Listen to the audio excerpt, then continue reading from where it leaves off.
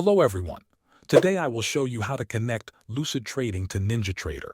First, open NinjaTrader on your computer. Go to the top menu and click on Tools, then select Settings. In the Settings window, look for the setting called Multi-Provider. Check the box to enable multi-provider mode. Click OK to save your changes. After that, restart NinjaTrader so the setting can fully apply. Once NinjaTrader has restarted, go to the top menu and click on the Connections tab. You will now see an option called Configure. Click on Configure to open the connection setup window. From the list, select NinjaTrader.